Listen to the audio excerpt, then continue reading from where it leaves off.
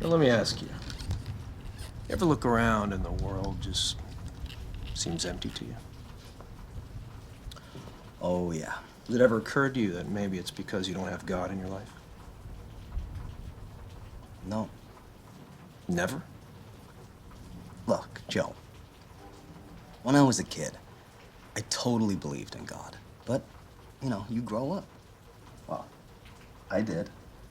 I looked around, I said, Santa Claus, no evidence. The Tooth Fairy, no evidence. God, same thing. No evidence. And then you think, I wonder if I really need all these imaginary friends. So you think God's just a pleasant thing? Like it's easier to believe than not? Well, easier for you, clearly. No, Gavin, faith is hard. God tests you time and time again. Sometimes even demands that you die for him. You think that's easy? For people of faith? Sure. That's the problem. Like, I could never fly a jet into a building. But those 9/11 guys could, because they had faith in an afterlife. Not to mention 72 virgins, though.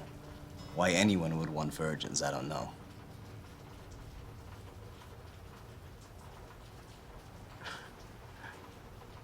What did God do to you to make you so angry at him? Look at the world that he created. All the beauty. Wars and plagues and genocides and earthquakes and tidal waves. And then, after all that suffering, what does your God do next? He sends most of us to hell. Well, not if you've been born again. Right, the old baptismal jacuzzi.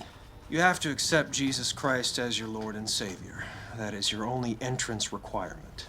Okay, so the Hebes, the Hindus, the Muslims, the atheists, the Buddhists, all damned, right? They have to accept Jesus Christ. And the Catholics, because they're not born again, right? Right. And face it, man, it's kinda crazy. No, it's not crazy. God gives us free will for that purpose. Otherwise, we would just be puppets. Life would be meaningless. That's the beauty of eternal salvation. You see, anyone can go to heaven or hell because anyone can be saved.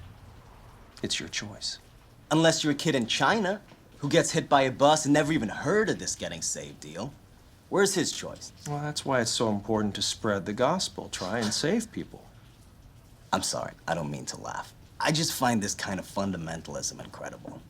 I mean, all of you, totally convinced you know exactly who God is and exactly how he wants to be worshipped. And all without a lick of evidence he even exists. No wonder there's so many holy wars. Without evidence, how else would you win this argument except by killing each other? See, I see evidence in all kinds of things. So do they. And sooner or later, one of these guys who hears God in his head is gonna get a hold of weapons of mass destruction. And then when it's way too late, we're finally gonna ask ourselves why, after thousands of years of bloodshed, didn't we at least try to do away with this insane concept of faith before it fucking killed us? You know, maybe I'm just coming at this from a different angle. And what angle would that be? Well, it's not abstract to me. I go to the hospital and I visit sick children, right? 2 days ago, I was at the bedside of a dying child. His mother and father were killed in an auto accident. He's about to pass as well. And he asks me if heaven really exists. I say, yes, it does. It's where Mommy and Daddy are. About an hour or so later, he dies. With a smile on his face. So what would you have said in my place? Sorry, kid. No evidence. No. I probably would have told him exactly the same lie you did. But Joe, I'll tell you one thing I damn sure wouldn't have said, and that's, I'm sorry, kid, you're going to hell if you haven't been baptized. Lord, forgive this man for his hard heart and his blasphemy. I think he has suffered much more than he knows, and he needs your love and support now more than ever. No, Joe, I'm sorry, but you don't know a damn thing about me, and I don't need your help, or your salvation, or any other fucking bullshit you may have to offer. Don't swear in front of my wife! Gavin, I think you should leave.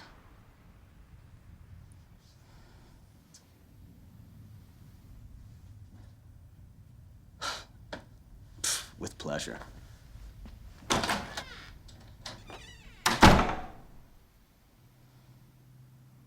Why can't you leave people Don't you alone? dare talk to me. You get out of my sight.